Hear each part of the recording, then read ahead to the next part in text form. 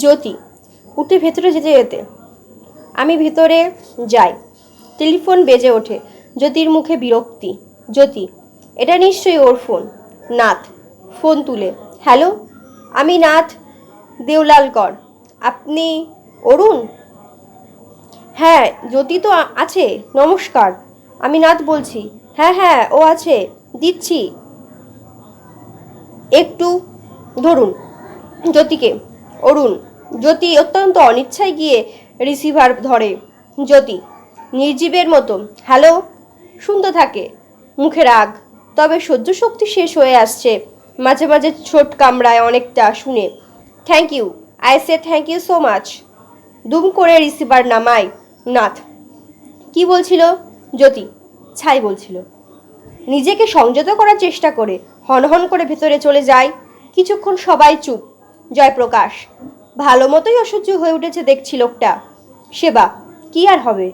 জয়প্রকাশ আগে থেকে স্পষ্ট লক্ষণ দেখা যাচ্ছিল তার। কোথায় সে আর কোথায় আমাদের জ্যোতি? সেবা নাথকে, আর তুমি ওকে বাড়িতে এনে রাখতে চাচ্ছিলে? জয়প্রকাশ, হ্যাঁ ভাই, এটা আবার কি আরম্ভ করেছো তুমি? ও আমাদের বাড়িতে? নাথ চিন্তামগ্ন, অশান্ত। দেখো, আমি ভাবছিলাম যে চোখের আড়ালে সব কিছু ঘটার চেয়ে সামনাসামনি ঘটলে ব্যাপারটা আমাদের আয়ত্তে থাকবে, কিন্তু এই নতুন ডেভেলপমেন্ট তো বেশ চিন্তাজনক আর অশান্তভাবে পায়চারি করে। Something has to be done about it, something. সেবা, কি করবে তুমি? ওকে ভালোভাবে বুঝিয়ে বলবে?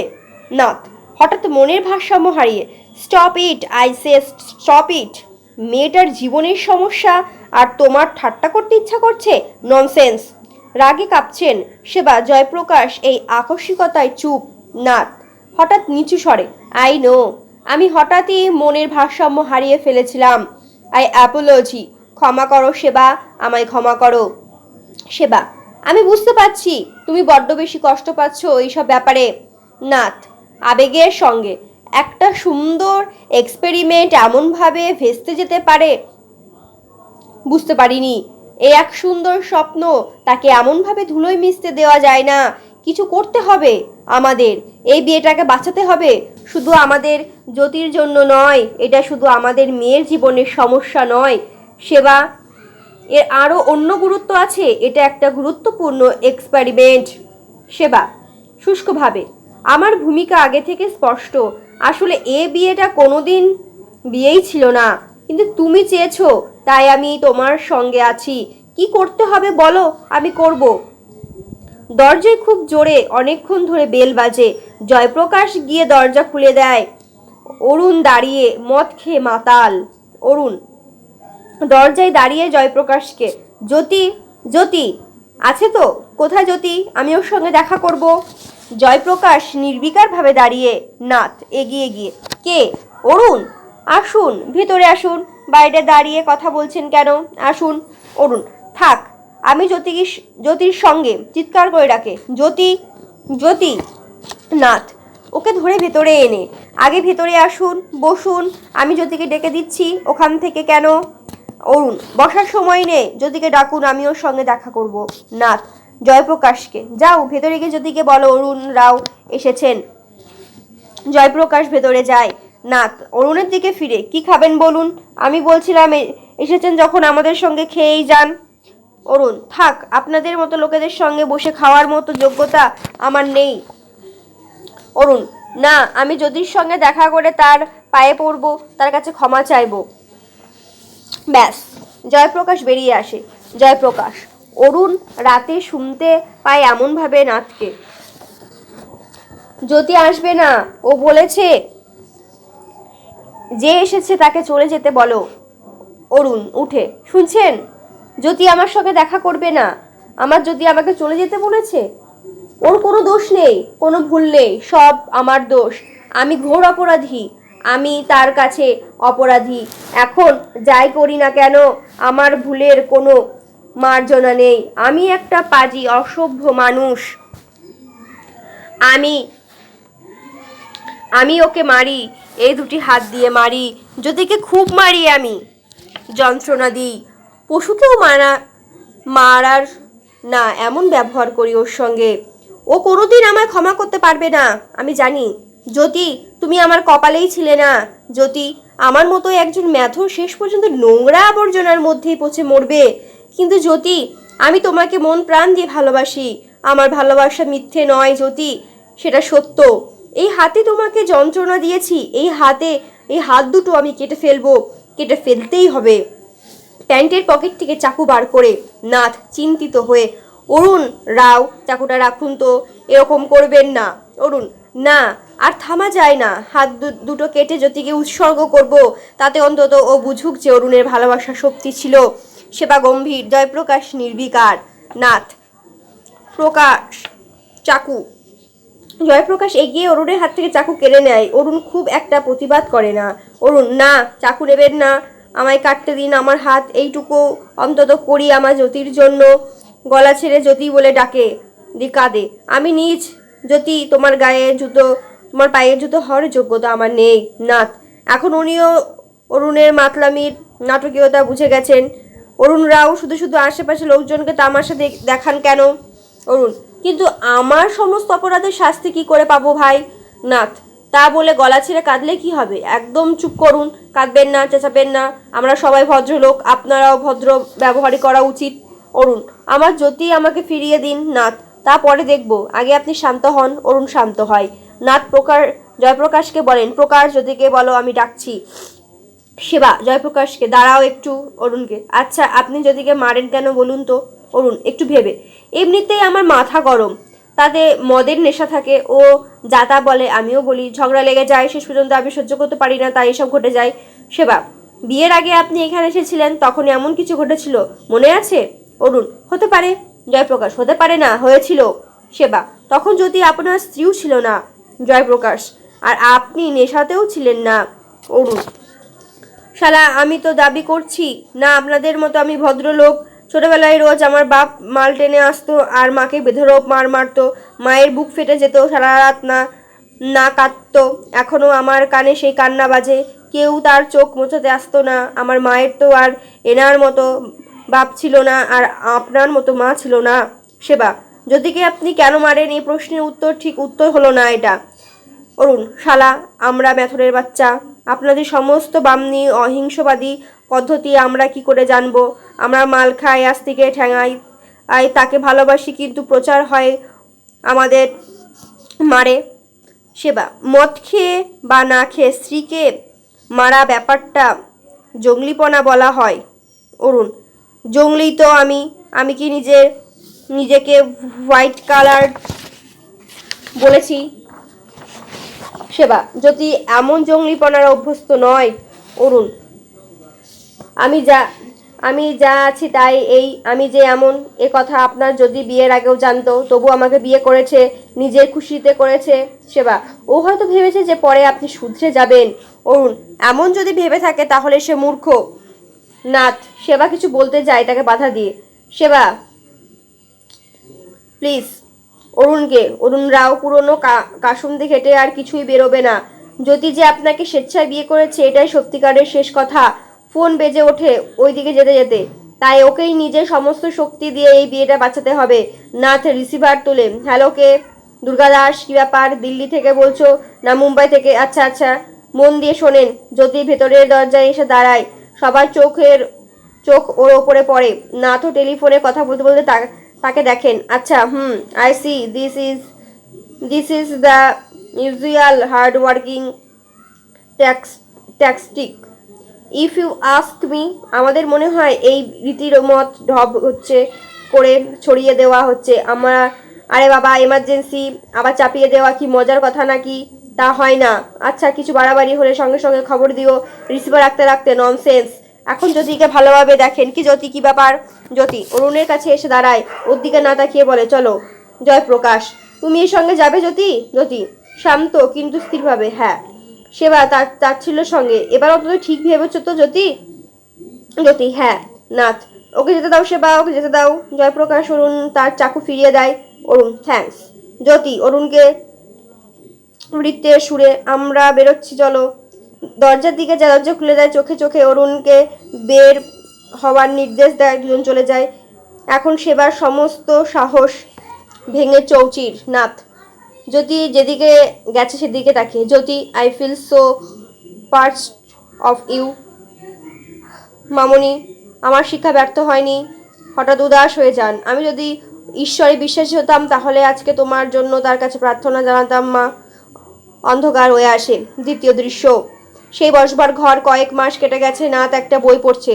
বইয়ের মধ্যে একেবারে ডুবে গেছেন। বাইরে দরজায় ল্যাচ খুলে সেবা প্রবেশ করে। নাথের সামনে এসে বসে। নাথ বইটা শেষ করে পাশে রেখে, অপূর্ব, চমৎকার, গত কয়েক বছর এত সুন্দর বই পড়িনি। নিজের মেজাজে বসে আছেন। সামনে সেবা গম্ভীরভাবে বসে আছে। ইউ মাস্ট রিড ইট সেবা। এত সুন্দর আত্মচরিত মারাঠি ভাষায় আমি পড়েছি বলে মনে হয় না, শুধু লক্ষ্মীবাই তিলকের স্মৃতিচিত্র ছাড়া। অরুণ রাও খুবই ভালো লিখেছেন। ঘটনাগুলো মন তোলপাড় করে, কিন্তু একটু ভাববিহ্বল নেই। আর কি অপূর্ব ভাষা, একটু বাড়াবাড়ি নেই। আমি বলছি সেবা, আমার কি ভাষা বলি আর লিখি, এটাই হচ্ছে আসল মারাঠি ভাষা। একটাও ইংরেজি ঘেঁষা শব্দ নেই। 16 আনা দেশি জিনিস। বাবা, আমার যা ভালো লাগছে। সেবা গম্ভীর। আমি কিছু বলতে পারি? নাথ হঠাৎ সম্বিত ফিরে পেয়ে, সরি, বলোই না। সেবা গম্ভীর। জ্যোতিকে কুমুদের নার্সিংহোমে দিয়ে এসেছি। নাথ চিন্তিতভাবে উঠে দাঁড়িয়ে, কেন? ভালো আছে ও জ্যোতি? সেবা এমনি ভালো আছে, কিন্তু আবার ডিসচার্জ। এখন 6 মাস চলছে। কোনো অঘটন এর ভয়ে আমি তাকে নার্সিংহোমে দিয়ে এসেছি। ও তো রাজি হচ্ছিল না, জোর করে নিয়ে গেলাম। কুমুদ বলেছে চিন্তার কোনো কারণ নেই, তবু সকালবেলা পর্যন্ত অবজারভেশন থাকতে হবে। নাথ এর কারণ কি হতে পারে, কিছু বলেছে কুমুদ? সেবা তেমন কিছু বলেনি, রেস্ট নিতে বলেছে। আর সত্যি কথা বলতে অরুণ ওর পেটে মেরেছে। ওর প্রতিবেশীরাও বলছিল মেয়েকে এখানে রাখবেন না, বাড়িতে নিয়ে যান। ও আজকাল লাথি মারে জ্যোতিকে। নাথ সশস্ত, কিন্তু কেন? এমন কি দোষ করেছে সে? কেন এমন ব্যবহার করে ওর সঙ্গে? সেবা নিরুপায়। একজন পোয়াতি মেয়ে, তার সঙ্গে এই রকম ব্যবহার। মরে গেলে কে ফিরিয়ে দেবে আমাদের মেয়েকে? যে লোক এত সুন্দর আত্মচরিত লিখতে পারে, সে এমন নীচ আচরণ করতে পারে? এই বইতেও বর্ণনা দিয়েছে, নিজেকে লাথি খেতে হয়েছে, অত্যন্ত সংবেদনশীলতাভাবে তা লিখেছে।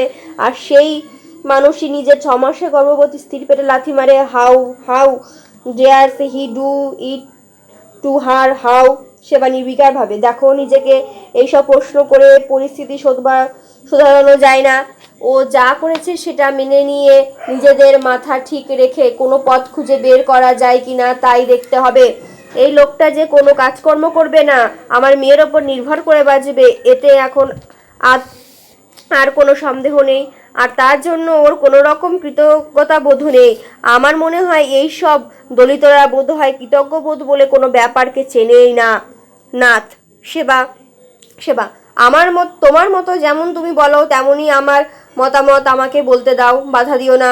হয়তো এটা মূর্খতা, কিন্তু সেটা আমার।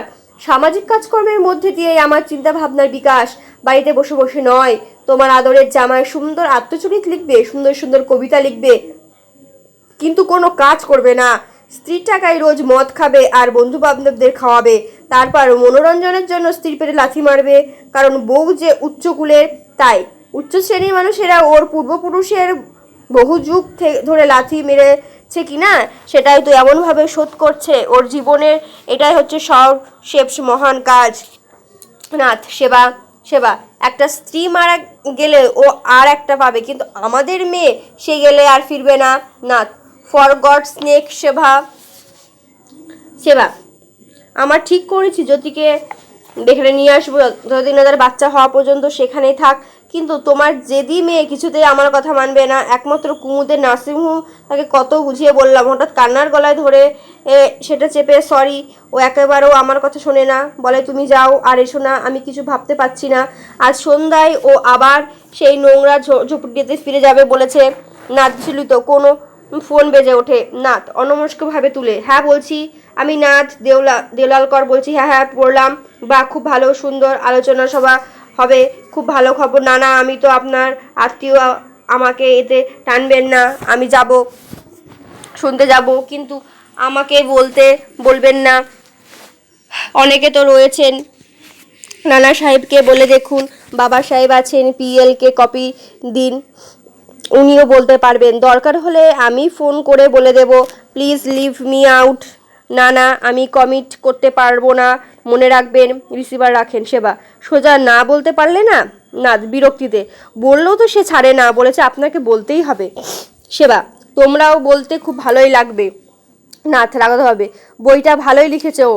সেবা, আমাকে যদি সেই আলোচনার সময় বলতে হতো তাহলে আমি কি বলতাম জানো? বলতাম, এ লেখক বইতে এত সুন্দরভাবে যে সমস্ত অন্যায় অত্যাচারের কথা লিখেছে সেই সব একটা মস্ত বড় ভণ্ডামি। এই লেখক নিজে আমার মেয়ের ওপর অত্যাচার করে, ওর ঘাড়ে চেপে বসে নির্লজ্জের মতো খায়, আর মদ গেলে তাকে লাথি মারে বিনা কারণে, তার জাত এবং তার মা বাপের কথা তুলে তাকে গালিগালা দেয়। নাথ, আমাদের গালিগালা দেয়? সেবা, যদি তো বলে না, কিন্তু ওর প্রতিবেশীরা বলেছিল মেয়েটাকে। তুমি আমাকে যা ইচ্ছে তাই বলো, মারো, কিন্তু আমার মা বাবার কথা তুলো না, আর ইচ্ছে করে ওকে কষ্ট দেওয়ার জন্য। নাথ, কি? সেবা, সে কথা জিজ্ঞেস করো না। নাথ, না বলতে হবে কি বলো। সেবা, বলে বলে যে আমি একটা কুটিনি সোশ্যালিস্ট নেতাদের সেবা দলের মেয়ে সাপ্লি করি। Nath, oh no no, don't tell me. Seba, আরও আরও অনেক কিছু বলে, তুমি শুনতে পারবে না। নাথ অধীর হয়ে, আর আমাকে? সেবা, থাক না। নাথ, না জানতে হবে কি বলে সে আমাকে। সেবা, বলো কি বলে। সেবা, বলতে বাধ্য করো না। নাথ, বলছো না কেন, কি ব্যাপার? সেবা, আমি বলছি, আমাকে বলতে বাধ্য করো না। নাথ, সেবার কাজ যাকে বলো। সেবা, আমি জানতে চাই, আমাকে জানতে হবে। সেবা, না। নাথ সেবাকে নাড়া দিয়ে, কি বলে সে আমার? কি? সেবা খুব চেষ্টা করে বলে, বলে যে তুমি জ্যোতির আসল বাপ নও, গুরুজির মতো একজন ছুচকা তুমি ওর আসল বাপ। আর বলতে পারে না। ল্যাচের দরজা খুলে জয়প্রকাশ দাঁড়ায়, তার হাতে সন্ধ্যাবেলার খবরের কাগজ। জয়প্রকাশ দরজা বন্ধ করতে সামনের দৃশ্য দেখে হতভম্ব হয়। সরি, আমি রোজকার মতো এসে পড়েছি। নাথ বিচলিত এবং আড়ষ্ট, ইটস অল রাইট, তেমন তেমন কিছু না, আমি একে। জয়প্রকাশ পরিস্থিতি আড়ষ্টতা দেখে ভেতরে যেতে গেল। ভেতরে যাওয়ার প্রয়োজন নেই, you can be here. Jayprakash, তোমার মুড থাকলে একটা কথা ছিল। তেমন কিছুই না, কিন্তু ভাবছিলাম। নাথ এখন নিজেকে বেশ কিছুটা সামলে নিয়েছে, যা বলো না। জয়প্রকাশ সন্ধ্যাবেলায় খবরের কাগজ দেখিয়ে, এতে একটা খবর দেখলাম। জয়প্রকাশ, তেমন বিশেষ কিছু না, বলেছে যে মিডল ইস্টে প্যালেস্টিয়ন সন্ত্রাসবাদীদের বিরুদ্ধে ইসরায়েলের সেনাবাহিনী জোর লড়ে যাচ্ছে, নিজেরাই আক্রমণ চালাচ্ছে। সাম্রাজ্যবাদীরা যাতে কোনো আশ্রয় বা খাবার দাবার না পায়, তাই ইসরায়েলের সেনাবাহিনী নাকি প্যালেস্টাইনিয়ন আরব নাগরিকদের গ্রামের পর গ্রাম বিধ্বস্ত করে যাচ্ছে। শুধুমাত্র পুরুষদেরই নয়, মেয়েদেরও এবং কোলের কচি বাচ্চাদেরও গুলি করে মেরে ফেলছে, ভীষণ অত্যাচার চালাচ্ছে, লেখা রয়েছে। নাথ, সেটা লড়াই প্রকাশ।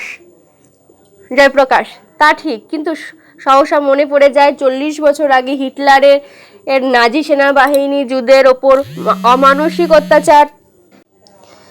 কিন্তু সহসা মনে পড়ে যায় 40 বছর আগে হিটলারি নাজি সেনাবাহিনী যুদ্ধের ওপর অত্যাচার করেছে। তুমি সেটা আমাকে পড়তে বলছিলে, আমি পড়তে পারছিলাম না, তবু বলেছিলাম যে পড়ো পড়ো, ইতিহাস তোমার জানা দরকার। আজকে যারা প্যালেস্টিনিয়ন আরবদের বউ বাচ্চাদের কতল করছে তারা তো জুই। নাথ বিচলিত, কি বলতে চাও তুমি? জয়প্রকাশ, বলতে চাইছিলাম যে তখন যাদের অত্যাচার সহ্য করতে হয়েছিল তারাই আজ নিজেরা অন্যদের উপর অত্যাচার করছে। নাথ, সেটা হয়তো আত্মরক্ষার দাবিতে। জয়প্রকাশ, হয়তো তাই। নিরপরাধ মেয়েদের ও শিশুদের গুলি করা হয়তো ওদের আত্মরক্ষার দাবি, কিন্তু আমি বলতে চাই যে এককালে যারা অত্যাচারের বলি হন তারাই পরবর্তীকালে অন্যদের ওপরে ততটাই জঘন্য অত্যাচার করতে পারেন। হয়তো এতে ওরা এক ধরনের আনন্দ পান। যারা অসহায় হয়ে অত্যাচার সহ্য করেন তারাই সুযোগ পেলে অত্যাচার করে আনন্দ পেতে পারেন। তারা শোষিত, যারা সুযোগ পেলে অন্যদের শোষণ করা মজা পান। নাথ গম্ভীর, নিজেকে অত্যাচার ও শোষণ সহ্য করতে হয়েছে ঠিকই, কিন্তু সেটা অনুচিত। অন্ততপক্ষে নিজের এমন করা উচিত নয়, এটা কেউ ভাবে না, বরং সুযোগ পেলেই নিজে অত্যাচারী হয়ে দাঁড়ায় এবং যথেষ্ট শ্রবণ করে প্রতিশোধে আনন্দ পায়। নাথ বিচলিত, তার মানে কালকেই শোষিতই হচ্ছে আজকে শোষক? কাল যে গুলি খেয়েছে সে আজ গুলি খাওয়াবে? তার মানে এই দাঁড়ায় যে মানুষ মানুষকে মারবে। নাথ আবেগের আবেগের তাড়নায় কিছু বলা তো উচিত নয়। আগে দেখতে হবে তাদের অত্যাচার, তারপর তাদের প্রতিবাদ করতে হবে। জয়প্রকাশ, একেবারে না, আমি শুধু সেই কথা বলছি না জীব কামড়ে, আমি আমি তাদের ব্যবহারের কথা বলছিলাম। নাথ, প্রকাশ, আগে নিজের কথা ফিরিয়ে নাও। জয়প্রকাশ মাথা নিচু করে কিছুক্ষণ পরে, ভুল হয়েছে ভাই। নাথ, ও ইচ্ছে করে কিছু করেনি, মনের কথা মুখে নিয়ে বেরিয়ে গেছে। নাথ, এমন কথা মনে আসা অনুচিত সেবা, মোটেও নয়। মানুষের ব্যবহার দেখে এসব কথা মনে আসতেই পারে। সে খারাপ ব্যবহার করে তার ভুল না, হে ভাবে তা ভুল। আমার মনে হয় না তুমি এক জায়গায় রাগ অন্য জায়গায় প্রকাশ করছো। তুমি আসলে ওর ওপরে রেগে আছো। নাথ, ধরা পড়ে যাওয়ার মতো মুখ করে, না মোটেই তা নয়। নিচু গলায়, আমার রাগ যে একেবারেই হয়নি তা নয়। আমি তো কোনো মহাত্মা নই, কিন্তু তাই বলে কি ওকে অপমান করব? বেল বাজে। জয়প্রকাশ দরজায় পিলিং হোল দিয়ে বাইরে দেখে নিচু স্বরে। সেই অরুণ, সঙ্গে আরো দুজন আছে। অস্বস্তিভাবে শুদ্ধতা। নাথ, ট্রেন, দরজা দরজা খোলো। ভেতরে সেবা ভেতরে চলে যায়। জয়প্রকাশ দরজা খোলে। অরুণ এবং তার দুজন ভেতরে আসে। তার মধ্যে একজন অরুণের দলিত সমাজের, অন্যজন এই সমাজের শুভাকাঙ্ক্ষী। তার হাতে ট্রিপসেপ। অরুণ ও তার সঙ্গীরা নাথকে নমস্কার করে ভেতরে আসে। একেবারে নিজেদের বাড়ির মতোই হাত পা ছড়িয়ে বসে। বাকিরা সামান্য আড়ষ্ট। ওদের ছোট ছোট হাবভাবের মধ্যে এক ধরনের নোংরা নাটকীয় প্রকাশ পায়। জয়প্রকাশ এক কোণে দাঁড়িয়ে আছে। নাথ অরুণকে বাদ দিয়ে অন্য দুজনকে তাকে, বলুন কি কি আজ্ঞা, কি করতে পারি আমি আপনাদের জন্য? অরুণ, আসলে আমি এদের বলেছিলাম যে তোমরাই যাও, আমি যাব না, কিন্তু এরা কি তা শোনে? বলল যেতেই হবে। আমি নিরুপায় হয়ে চলে এলাম। যাই হোক, শ্বশুরবাড়িতেও আসা হলো। কি বলো বামুনরাও? আপনার জন্য এলাম, না হলে আজকাল আসাই হয় না, যা ব্যস্ততা। আজকাল খুব নিমন্ত্রণ পাই। বক্তৃতা দিতে আসুন, খেতে আসুন, চায়ের জন্য আসুন, ককটেলে আসুন। আমি এই লব্ধ প্রতিষ্ঠ লেখক কিনা? হায়ার সোসাইটির লব্ধ প্রতিষ্ঠ লেখকের পোষে কুকুরের মতো দাম পায়। অন্যদের কাছে বাহবা চাই। আহা, আলুপি করিয়ে দিলাম না নাটকে। ইনি হচ্ছেন আমাদের হম্বীর রাও কাম্বলে, দলিত সাহিত্যের একজন সেবা প্রতিষ্ঠিত রম্য রচনাকার, খুব গুণী কিন্তু উপেক্ষিত মানুষ। আর ইনি হচ্ছেন বাবন শ্রেষ্ঠ, নেউর গানকার, দলিত সাহিত্যকরদের সামনে নিজের খরচার খাওয়ান এবং দলিত সাহিত্যের আলোচনা করেন।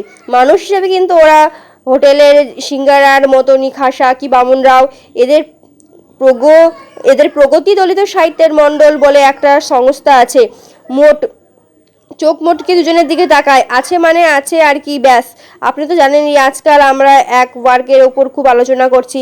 আমরা আত্মজীবনীমূলক উপন্যাস। আপনার একটা কপি দেওয়া উচিত ছিল, কিন্তু আমার এই বিজি ওরফে অলসী স্বভাবের জন্য দেওয়া হয়নি। বামন রাও আছে কি? বামন রাও হচ্ছেন আমার প্রকাশক। বামন রাও অপরাধীর মতো মুখ করে ঘাড় নাড়ে। না, নেই। যাকগে, নাথকে এমনই হয়, বাড়ির লোকদেরই দেওয়া হয় না। অন্য লোকের দিকে তাকিয়ে, আমাদের নাথ সাহেব কিন্তু ভীষণ দূরদর্শী। ওর শেষ দৃষ্টি থেকে ভালো জিনিস কোনোদিনই কিছুতেই বাদ পড়ে না। ইনি নিশ্চয়ই আমার আত্মচরিত পড়েছেন। কি নাথ সাহেব পড়েছেন তো? নাথ অনিচ্ছা সত্ত্বে হাসুচক ঘাড় নাড়ে। ওই দুজনে দেখুন, যা বলছিলাম, তাহলে এরা বলতে চান, মানে জোর করেই বলতে চান যে আমার আত্মচরিত্রের আলোচনা সভায় আপনি অধ্যক্ষ হয়ে আসুন। কি বামুন রাও, কি বলো হাম্বির ভাই? দুজনে ঘাড় নেড়ে সম্মতি জানায়। এরা ভাবছে যে আপনি এলে সবার ওজন বাড়বে। আমরা অবশ্য বলার কিছু নেই, এরাই ভাবছে সব। নাথ সংকোচে, এ ব্যাপারে এখনই আমি কোনো একটা ফোন পেলাম অরুণ, সেটা অন্য ব্যাপার, হয়তো নগর পাঠাগারে আলোচনা সবার। আজকাল চতুর্দিকে আমার আত্মচরিত্রের আলোচনায় চলছে। এরা কিন্তু আমার নিজেদের লোক, এদের কথা আপনাকে রাখতেই হবে। এরা তো আপনার নাম অধ্যক্ষ হিসেবে ডিক্লেয়ার করে ফেলেছে। নাথ আশ্চর্য হয়ে, আমার অনুমতি ছাড়াই? অরুণ সঙ্গে দুজনকে, দেখুন আমি বলেছিলাম না নাথ সাহেব এইসব ব্যাপার পছন্দ করেন না। নাথকে, কিন্তু এরা যে বলল উনি সাম্রাজ্যবাদী এমএলএ, উনি আমাদের হতাশ করবেন না, উনি আসবেনই, তার ওপর আবার আমার শ্বশুর, এইসব হচ্ছে ওদের কথা। নাথ, এই আলোচনার জন্য আপনি তো অনেক বক্তা পাবেন। অরুণ: পাচ্ছি তো, সিনেমার টিকিটের মতো লাইন পড়ে যাচ্ছে। আমার একটা তো অভিজ্ঞতা পড়ে প্রফেসররা ঝিমিয়ে পড়েছে। গত 50 নাকি 100 বামন রাও, 100 বছর এমন কিছু পড়িনি। এইসব বলে পরে ক্যান কেনে ধ্যান ধ্যান করে এই সমীক্ষা ক্ষেত্রের মশারা। সাহিত্য একাডেমি অ্যাওয়ার্ড পাবো শুনছি সঙ্গীদের। শালা এরা কি জানে জীবন মানে গাধীর পৃষ্ঠা? মারাঠি সাহিত্য তো শুধু সেটা বর্জুয়া জন্তুবাদ বা রোম্যান্টিসিজম তরে আছে। সেই মধ্যযুগীয় সন্ত কবিদের পরে আমি আর কে? নাথকে এরা পোস্টার্স এবং নিমন্ত্রণ পত্রে আপনার নাম ছেপে ফেলেছে নাথ সাহেব। নাথ তীব্রভাবে: এটা আমার দায়িত্ব নয়। অরুণ: দায়িত্ব আপনার নয়, কিন্তু লোকজন তো আপনারই বক্তৃতা শোনার জন্য আসবেন কি হাম্বির ভাই? সে ঘাড় নেড়ে হ্যাঁ বলে। আপনি না এলে শুধু শুধু মিসআন্ডারস্ট্যান্ডিং, নানান কারণ খোঁজা হবে। নাথ: সেটা তো আমার দেখার বিষয় নয়। অরুণ: না মানে এরা তো আপনাকে সব খুলে বলবেনই। বামন রাও এর দিকে চোখ টিপে: কারণ তো পরিষ্কার, লোকজন আজকাল খুব চালাক হয়েছে, এমন ব্যাপারে যা নয় তাই দেখে। ওরা ভাববে আপনার আর আমার বনে না, কিন্তু গন্ডগোল আছে। আমি আপনার মেয়েকে কষ্ট দিই, মারি, আরও কি সব করি কি? বামন রাও ঘাড় নেড়ে: আমি আপনার মেয়েকে ত্যাগ করেছি, এমন রটাতে পারে, কিন্তু কিছু বলা যায় না। তাতে আবার কয়েকজন তো আরও বাড়াবাড়ি করতে পারে বলে ভাই জামাইয়ের খ্যাতি শ্বশুরমশাই সহ্য করতে পারে না। দলিত জামাই মারাঠি সাহিত্যে এমন সম্মান পাবে, এত শ্বশুরে সোশ্যালিস্ট উচ্চবর্ণীয় প্রাণে জানা ধরবে। নাথ রেগে: ননসেন্স, লোকের কাছে আমি নতুন নই। অরুণ: তা ঠিক। সঙ্গীতে দেখেছেন, আগেই নাম না ছাপাটা উচিত ছিল। এখন কোনো গোলমাল হলে আমার ঘাড়ে দোষ চাপাবেন না নাথ সাহেব। আমি আপনাকে শুধু শুধু জোর করব না। আপনারা তো কাজের লোক, আমরা আপনাদের বছরে একবার পেলেই ধন্য হই। আপনারা তো বড় লোক, আমাদের এরা নিচু স্তরের লোক। মৃত পশুর মাংস খেয়ে আমরা বড় হয়েছি কি হাম্বি রাও? আমাদের অগ্রজরা তো মলমূত্র বইতো। আমরা ভাগ্য ভালো বলে একজন উচ্চবর্ণীয় অভিজাত বাড়ির ফুটফুটে মেয়ে আমার কপালে জুটলো। অন্য দুজনকে আমার সম্মানীয় শাশুড়ি মাতাজি প্রথম থেকেই আমাকে ঘৃণা করেন। উনি চেয়েছিলেন একটা ফুটফুটে জামাই, সে কোমরে সোনা বিছে পড়ে মস্ত বড় ডিগ্রিধারী, বড় চাকরি করে, আর উনি পেয়েছেন আমাকে। আমি একজন দলিত কবি ও লেখক, আমার পেছনে চর্বি নেই। তাহলে নাথ সাহেব আপনি আসতে পারবেন না তো আলোচনায়? নাথ সংযমী দৃঢ়: কিন্তু পারবো না, আমার ওপর নির্ভর করবেন না। অরুণ উঠতে দাদা, তাহলে চলুন বামন রাও, হাম্বির রাও। অধ্যক্ষ পাওয়াটা এমন কোনো ব্যাপার না, অনেক পাওয়া যাবে। আলোচনায় প্রেস্টিজের কথা ভেবেই তো আমরা নাথ সাহেবের কাছে এসেছি। এখন যে কোনো একটা সর্বদলীয় অধ্যাপককে বা মার্ক্সবাদী পণ্ডিতদের ধরবো, ওরা তো নিমন্ত্রণ পাওয়ার অপেক্ষায় বলেই রয়েছে।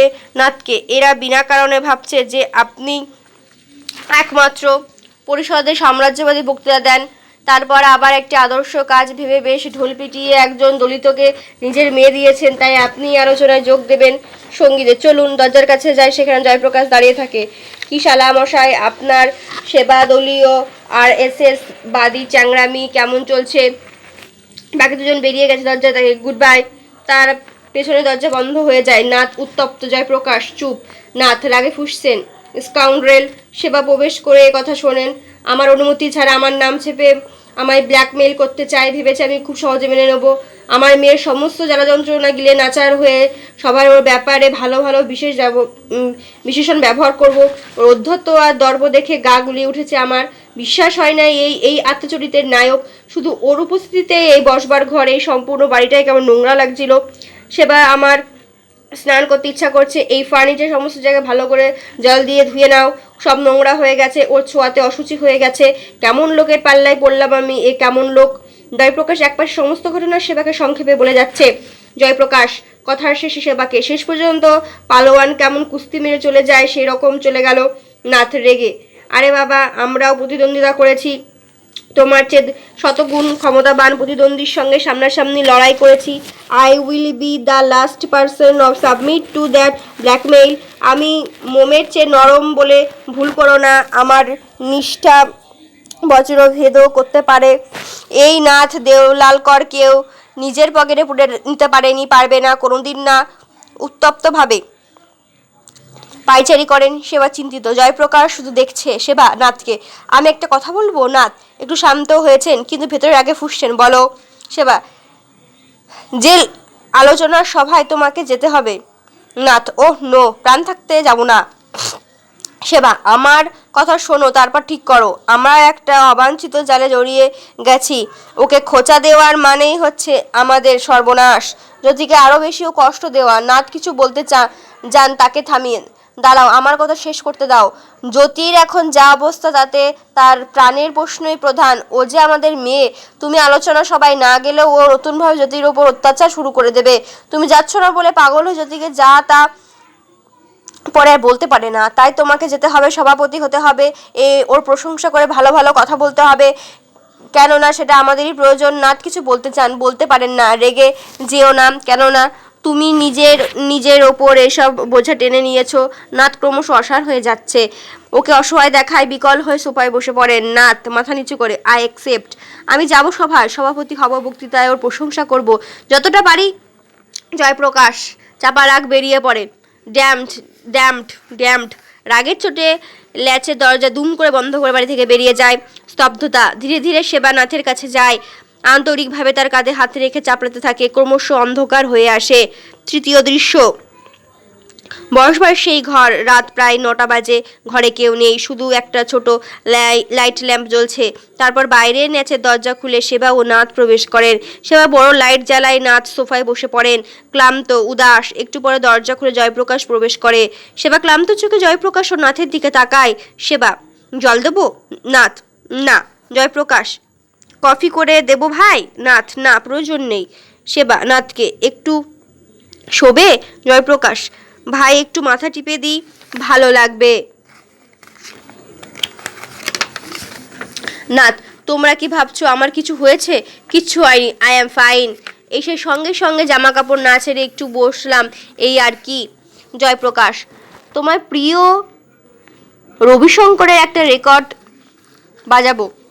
নাথ, প্রকাশবাবু আজ একটু বেশি পিতৃভক্ত হয়ে যাচ্ছে দেখছি। জয়প্রকাশ, তা নয়, শুধু মনে হলো। সেবা নাথকে, ভালোই হলো তোমার বক্তৃতা, তাই না প্রকাশ? জয়প্রকাশ, হ্যাঁ, সবার চেয়ে সংক্ষিপ্ত বিশ্বাসযোগ্য বক্তৃতা ভাইয়েরই হয়েছে, সবাই বলছিল। নাথ, মিথ্যা কথা বলার প্রতিদ্বন্দ্বিতা হচ্ছিল বুঝি? জয়প্রকাশ, মোটেই নয়। নাথ, আমি যা বলি তা কি নিজের কানে শুনি না ভাবছো? একেবারেই ভালো হয়নি আমার বক্তৃতা, দুর্বল, এলোমেলো, ছন্নছাড়া, শব্দের কোনো অর্থই ছিল না। সেবা, আমাদের ভালোই লেগেছে। নাথ, সেবা, এটা কিন্তু তোমার স্বভাব নয়, নিজের স্বভাব তুল্য তুমি আজ আমার প্রশংসা করছো। বাস্তবে তুমিও জানো যে আমি যা বলেছি তার সবই আমার ভেতরে সত্তার ওপর অত্যাচার। সেবা, তুমি তো বাইরের সম্পর্কে বলেছো। নাথ, ও বইয়ের সম্পর্কে আমার মত খুব খারাপ। সেবা, সেদিন পড়ে তো তুমি। নাথ, তখন মূর্খ ছিলাম, আমি অজ্ঞ ছিলাম, আজ আর নই। সে বই তো কোনো কাল্পনিক উপন্যাস নয়, সেটা আত্মকাহিনী, মানুষের জীবনে বাস্তব ছবি। সেখানে বাস্তব কথা লেখার দায়িত্ব আছে লেখকের, কিন্তু সেটা তো একেবারেই মিথ্যা কথা, একটা সাজানো চালাকি করে লেখা শিল্পারীতি মিথ্যাচার। ও বইয়ের লেখক মিথ্যাবাদী, ওর মূল্যবোধ টলমলে। এটা একটা সুন্দর উপন্যাস হতে পারে সেবা, আর সেটাই লেখকের বিশ্বাসঘাতকতা, কারণ এই লেখকের মতন এই সবের ভণ্ডামির মধ্যে দিয়ে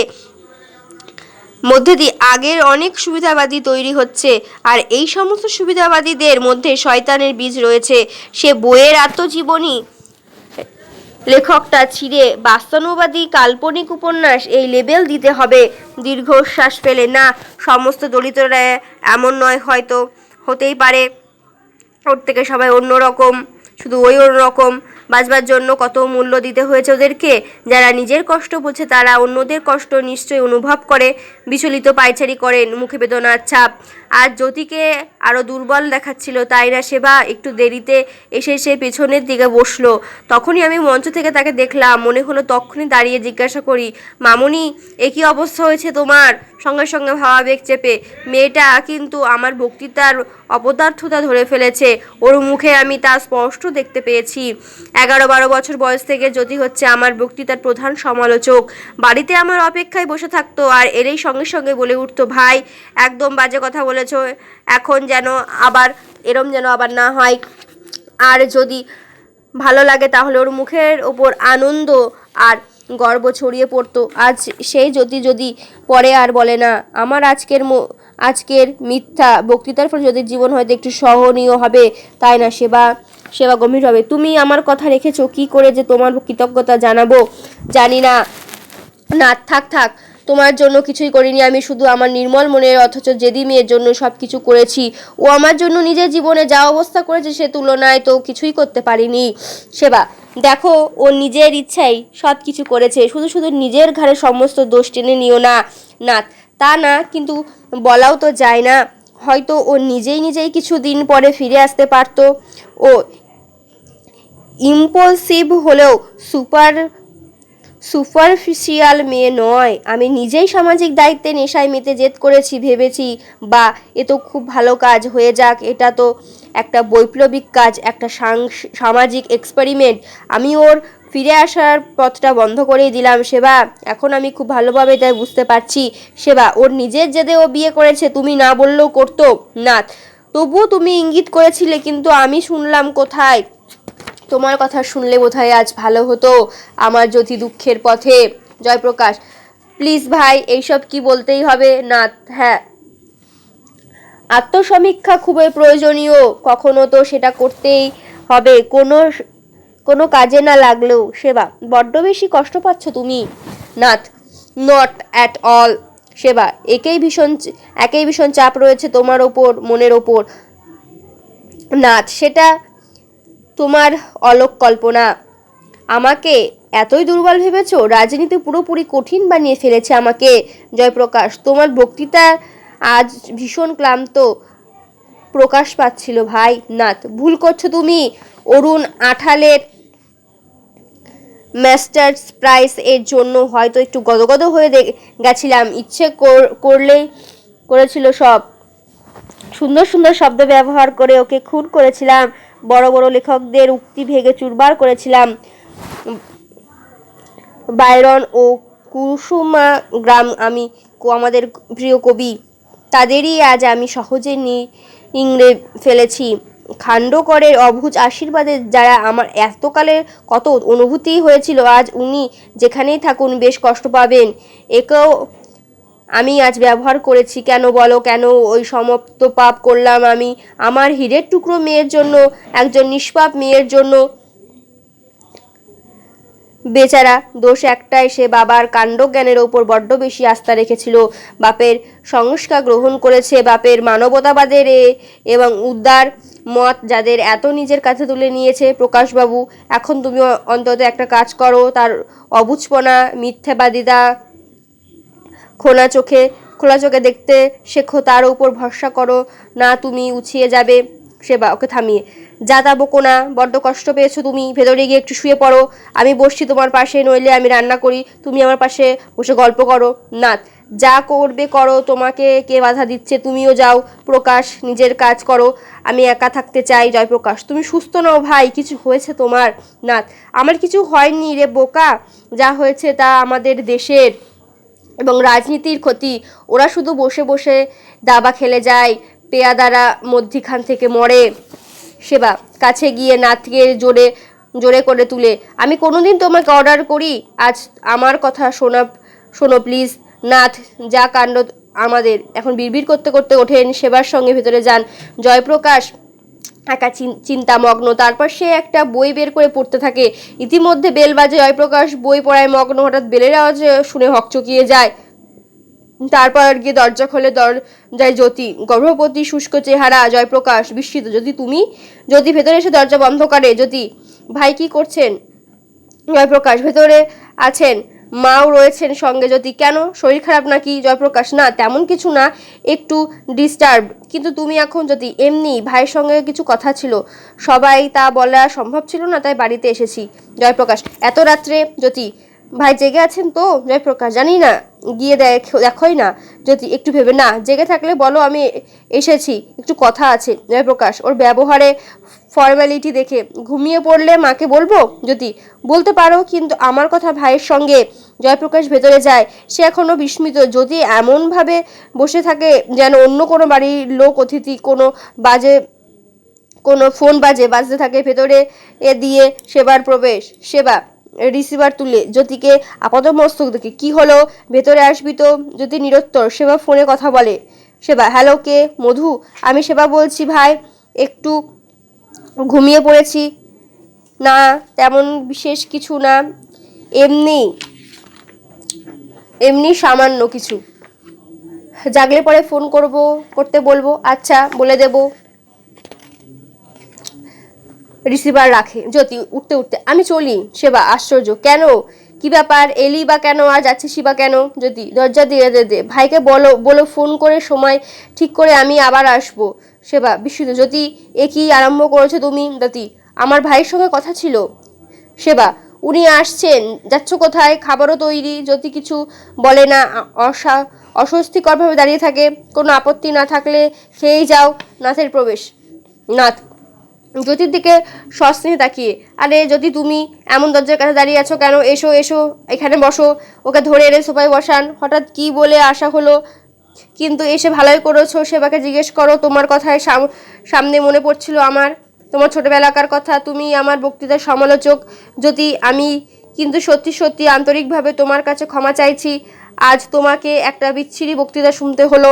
যে কোনো কারণে হোক, সে বক্তৃতার কোনো প্রাণী ছিল না। একেবারে খারাপ, লজ্জাকর পারফরমেন্স দিলাম আমি আজ। অনেকদিন পরে এমন সুযোগ এসেছিল, তুমি সামনে বসে আছো আর আমি বক্তৃতা করছি, কিন্তু দুর্ভাগ্য আমার, ভালোভাবে বলতে পারলাম না। তুমি নিশ্চয়ই মনে মনে ভেবেছো এ কীরকম বাপ আমার। জ্যোতি অস্বস্তি বোধ করে, তোমার সঙ্গে কিছু কথা ছিল। নাথ যা, আমি নিজেই বলে যাচ্ছি। অভ্যাসে গোলাম যে, এই অভ্যাস আমার না মরলে যাবে না।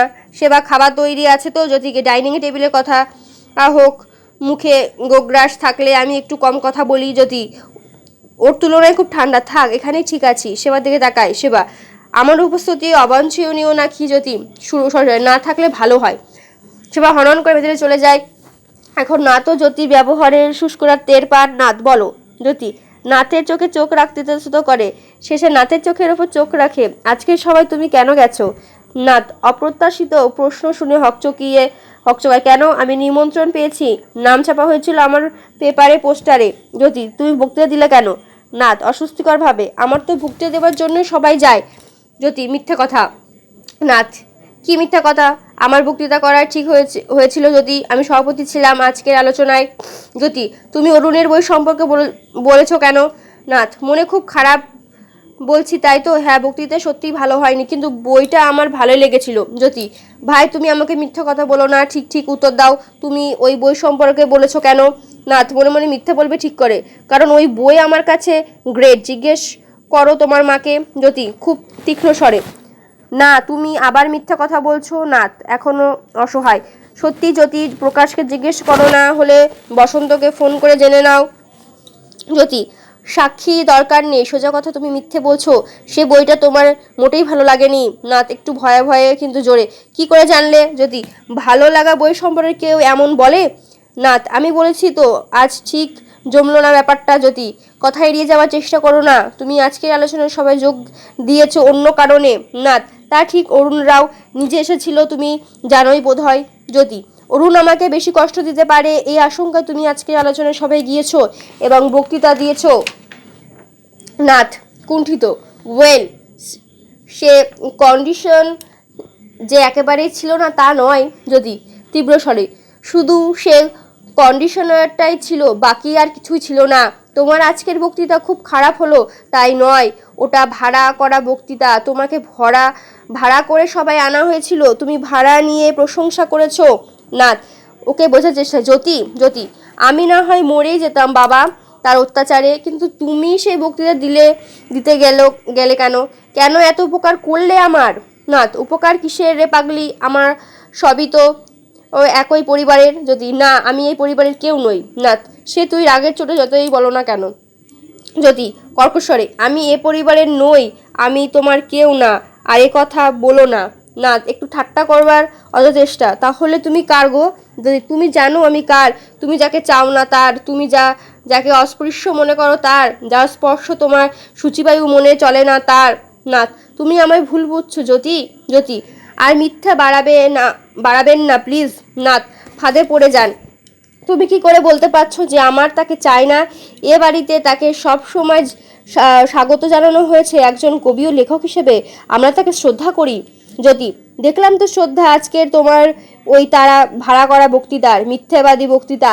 সত্যি সত্যি তুমি কি বলতে চাও সেটা আমি আজই ধরে ফেলেছিলাম। যা তুমি চেপে যাচ্ছিলে সেই সমস্ত কথা আমি শুনতে পাচ্ছিলাম। তুমি ওর দিকে বারবার কেমন চোখে তাকাচ্ছিলে তাও আমি খুবই লক্ষ্য করেছি সেই দৃষ্টির বক্তৃতা, বিষাক্ততা। সবার শেষে ও যখন তোমার সঙ্গে কথা বলতে গেল তখন তোমার সেই শ্রদ্ধা ভাজন লেখককে এড়িয়ে তুমি কেমনভাবে চলে গেছো তাও আমি নিজের চোখে দেখেছি। তাই তুমি আমাকে আর ঠকাতে পারবে না। অরুণকে তুমি শুধু ঘৃণা করো আর কিছুই না। নাথ, এমন করে বলো না জ্যোতি। অরুণকে নয়, ওর কয়েকটা জ্যোতি প্রবৃত্তিকে। এই কথা শুনে শুনে আমি বড় হয়েছি। মানুষকে নয়, তার প্রবৃত্তিকে দেখে মানুষ আসলে খারাপ হয় না, সে ভালোই। খারাপ হতে পারে তার কয়েকটি প্রবৃত্তি, এগুলো পাল্টানো হয়। এগুলো নষ্ট করলেই পৃথিবী নন্দনকানন হয়ে উঠবে। মানুষের ভেতরকার দেবত্বকে জাগা সব সুবিধাবাদী বকবক। আসলে তুমি জানতে যে মানুষ এবং তার প্রবৃত্তি দুটো ভিন্ন জিনিস নয়, হতে পারে না। সবই এক প্রকার। যে যেমন আছে তেমন তাকে স্বীকার করে নিতে হয়, যা অস্বীকার করতে হয়। অনেক ক্ষেত্রে তো চয়েসও থাকে না। মানুষের ভেতরকার পশুত্ব ঘুম পাড়িয়ে দেবত্বকে জাগিয়ে তোলাটা একটা অলীক কল্পনা। তোমার জন্য ভাই, শুধু তোমার জন্য এ সমস্ত কথা জানতে আমার 20টা বছর লেগে গেছে। নিজের অভিজ্ঞতা দিয়ে জানতে হয়েছে। অরুণ আঠলে নামক এক ব্যক্তির সঙ্গে আলাপের প্রয়োজন হয়েছে। তুমি আমার কাছ থেকে যা লুকিয়ে রেখেছিলে সেটা অরুণ আঠলে আমাকে দেখালো। এ ব্যাপারে আমি ওর কাছে কৃতজ্ঞ। নাথ, দেখো, এ বিষয়ে এমনভাবে বলা যায় না। এ ব্যাপার শান্তভাবে এবং বিস্তৃতভাবে। যদি তুমি এখন ভাবতে বসো শান্তভাবে, আমার সময় নেই, শান্তিও নেই। আমাকে আমার রণক্ষেত্রে ফিরে যেতে হবে। তোমার সাহস যদি থাকে তাহলে অরুণ রাত্রিরে মদে মাতাল হয়ে আসার সামনে কেমনভাবে সে দাঁড়ায় সেটা একবার দেখতে এসো। ওর চোখে একটা পশুত্ব ধরা পড়ে, ঠোঁটে মুখে প্রকৃতি, অঙ্গে অরুণ পশু হয়ে যায়। সেটা ওর থেকে ভিন্ন কোনো পশু প্রবৃত্তি নয়। আমিও গোড়ায় ওর পশু প্রবৃত্তি ব্যতীত ভিন্ন একটা অরুণকে খোঁজার চেষ্টা করতাম, ওকে ভালোবাসতে চাইতাম। শেষ পর্যন্ত জানতে পেরেছি সেটা কোনো কাজের কাজ নয়। অরুণ একসঙ্গে দুটোই, পশু ও প্রেমিক, সবই একাকার মিশে যাওয়া।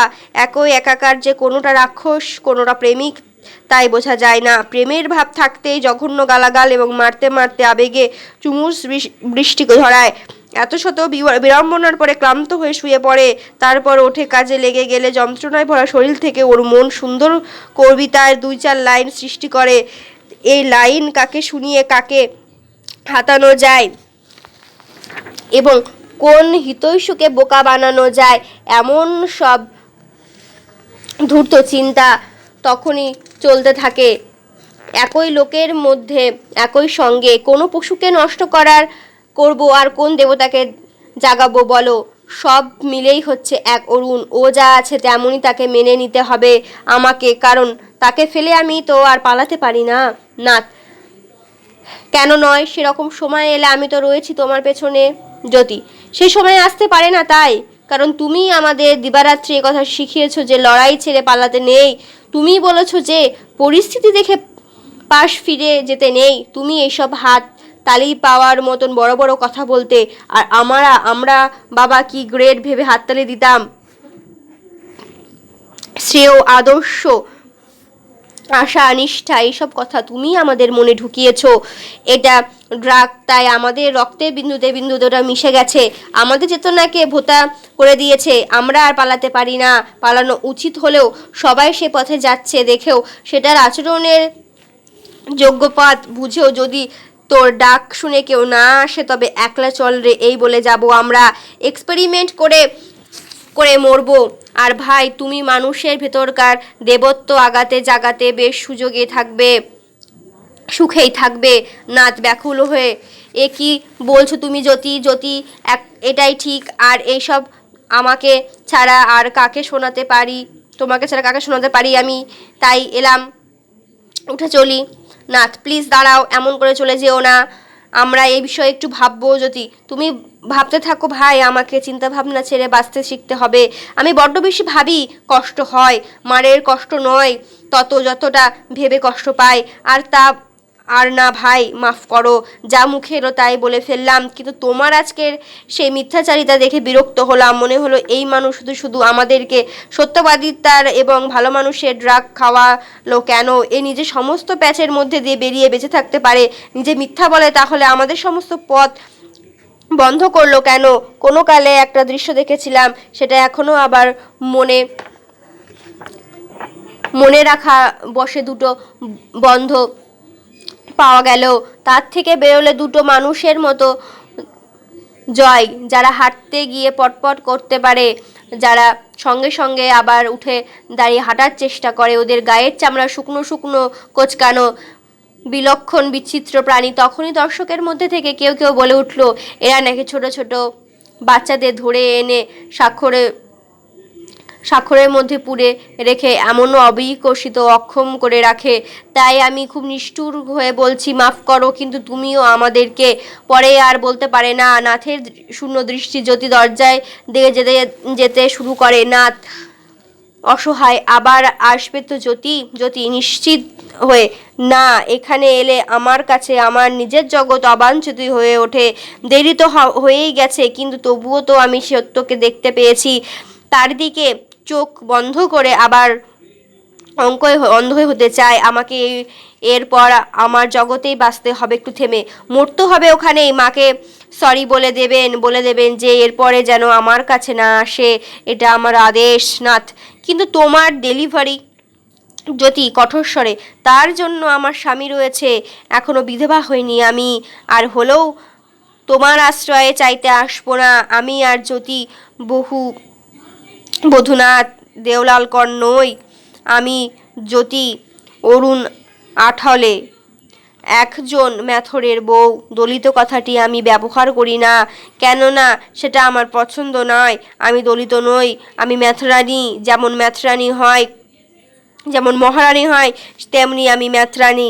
আবার স্পর্শ করো না আমার আমার ছায়াও যেন তোমার গায়ে না পড়ে, না হলে আমার ভেতরকার আগুনের আছে তোমার সমস্ত শৌখিন মূল্যবান জিনিস পুড়ে যেতে পারে।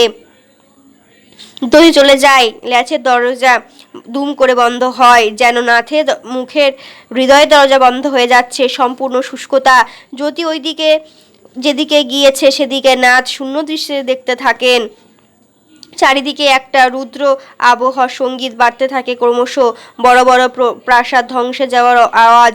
নাথের মাথায় অপরকার আলোটা নিভে যায়। নাথ আলো খোঁজেন, এদিকে ওদিকে হাতড়াতে থাকেন, কিন্তু তিনি আলো পান না।